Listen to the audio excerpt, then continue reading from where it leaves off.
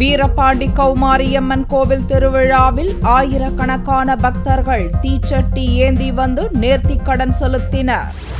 தென் மாவட்டங்களில் மிகவும் பிரசித்தி பெற்ற தேனி மாவட்டம் வீரபாண்டி கௌமாரியம்மன் கோவில் திருவிழா கோலாகலமாக துவங்கியது. 1000க்கும் மேற்பட்ட அம்மன் பக்தர்கள் முல்லையாற்றில் நீராடி தீச்சட்டி, முளைப்பாரி, 1000 கண்பானை ஏந்தி தங்களது நேர்த்தி கடனை செலுத்தினர்.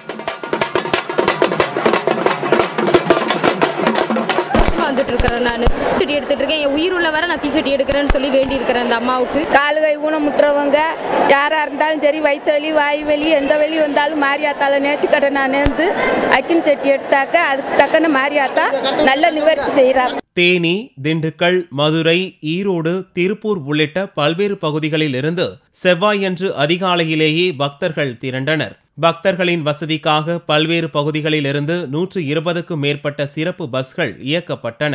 1400க்கும் மேற்பட்ட போலீசார் பாதுகாப்பு பணியில் ஈடுபட்டனர்.